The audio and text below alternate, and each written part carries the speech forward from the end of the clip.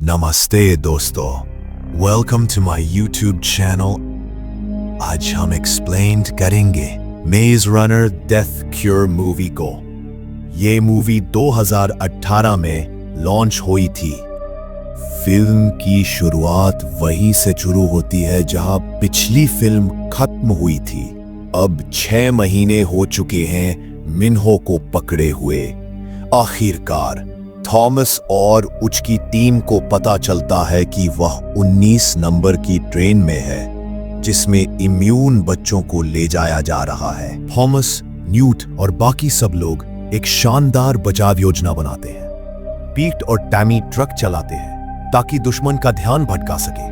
Karl और wins train रोकने के लिए बम लगाते हैं। सब कुछ टीम वर्क से चलता है।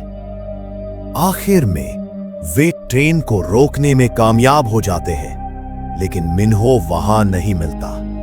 एक कैदी उन्हें बताता है कि मिन्हो को लास्ट सिटी नाम की जगह में ले जाया गया है, जहां WCKD कंपनी का हेडक्वार्टर है। यह शहर बहुत एडवांस्ड है। अंदर अमीर लोग, बाहर भूखे और बीमार लोग रहते हैं।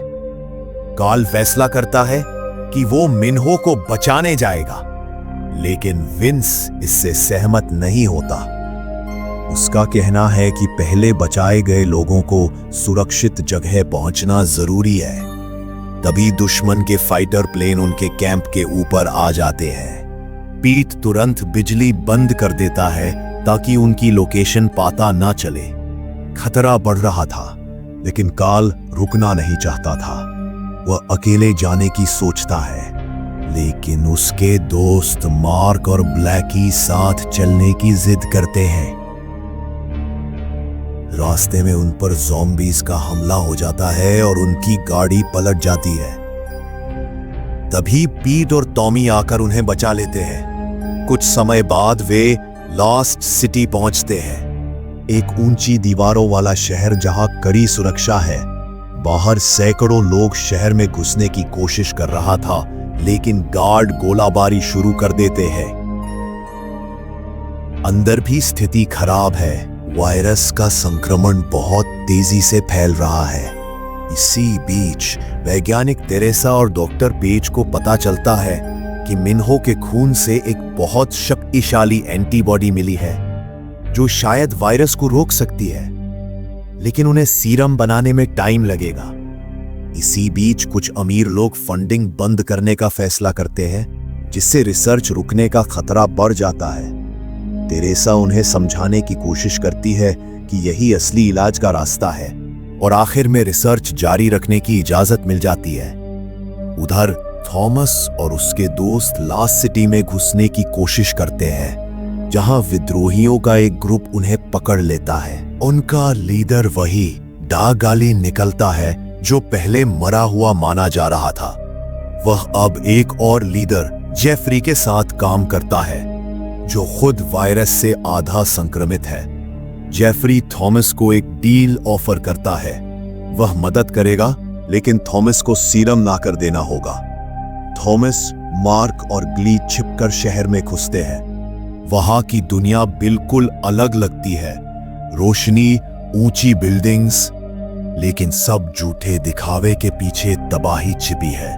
वे तेरेसा से मदद लेने का सोचते हैं, जो पहले धोखा दे चुकी है। तेरेसा अब पछता रही होती है। वह बताती है कि वायरस अब हवा में फैल रहा है और शहर जल्द खत्म हो सकता है।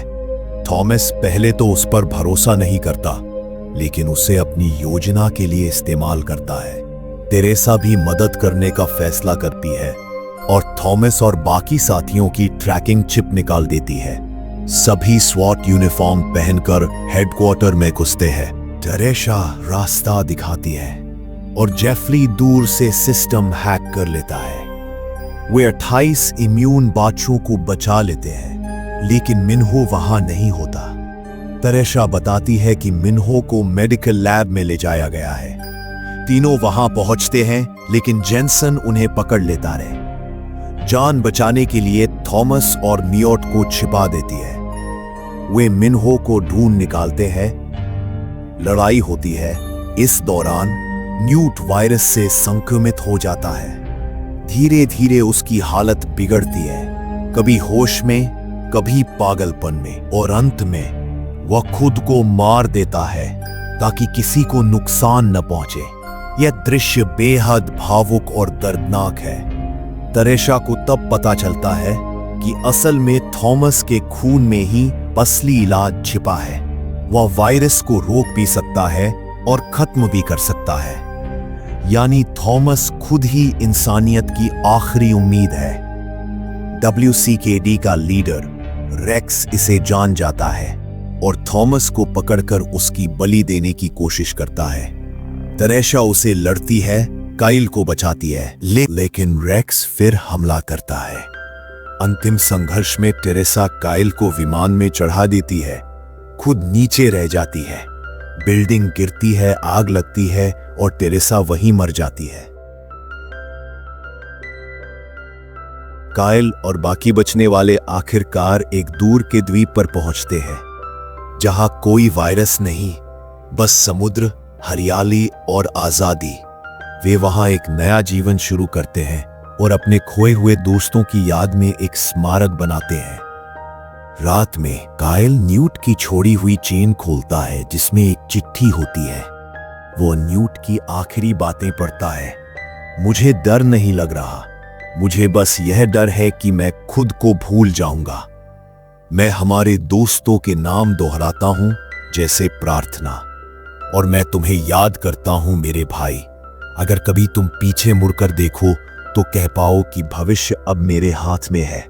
खुश रहना, मेरे दोस्त होने के लिए धन्यवाद। अलविदा। फिल्म यही खत्म होती है, एक अधूरी लेकिन सच्ची विदाई के साथ।